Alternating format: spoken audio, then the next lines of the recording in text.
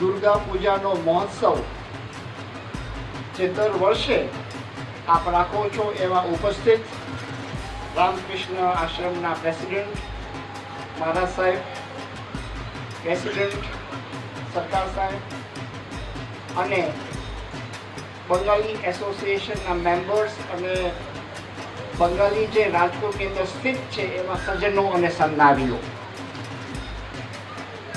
દુર્ગોત્સવ અથવા કે દુર્ગા પૂજા એ ભારતીય ઉપખંડનો એક અગત્યનો તહેવાર છે. એમ કહી શકાય કે ભારતીય સંસ્કૃતિ અને હિન્દુ ધર્મની શક્તિવાદનો એક વિશિષ્ટ તહેવાર છે.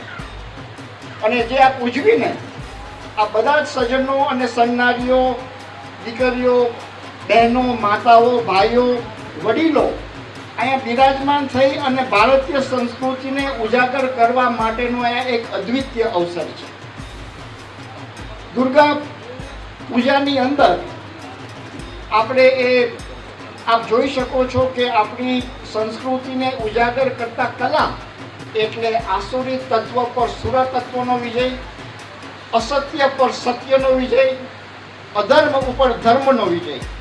અહીંયા આપ જોઈ શકો છો કે અહીંયા આપણે પૂજાની અંદર પણ આપણા મુખ્ય દેવી એ મા દુર્ગા છે, પરંતુ એમાં મા લક્ષ્મી પણ છે, સંપત્તિ અને સમૃદ્ધિના દેવી.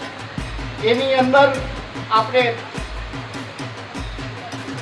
વિઘ્નહર્તા આપણે ગણપતિજી પણ છે, મા સરસ્વતીજી પણ છે, જ્ઞાનના દેવી.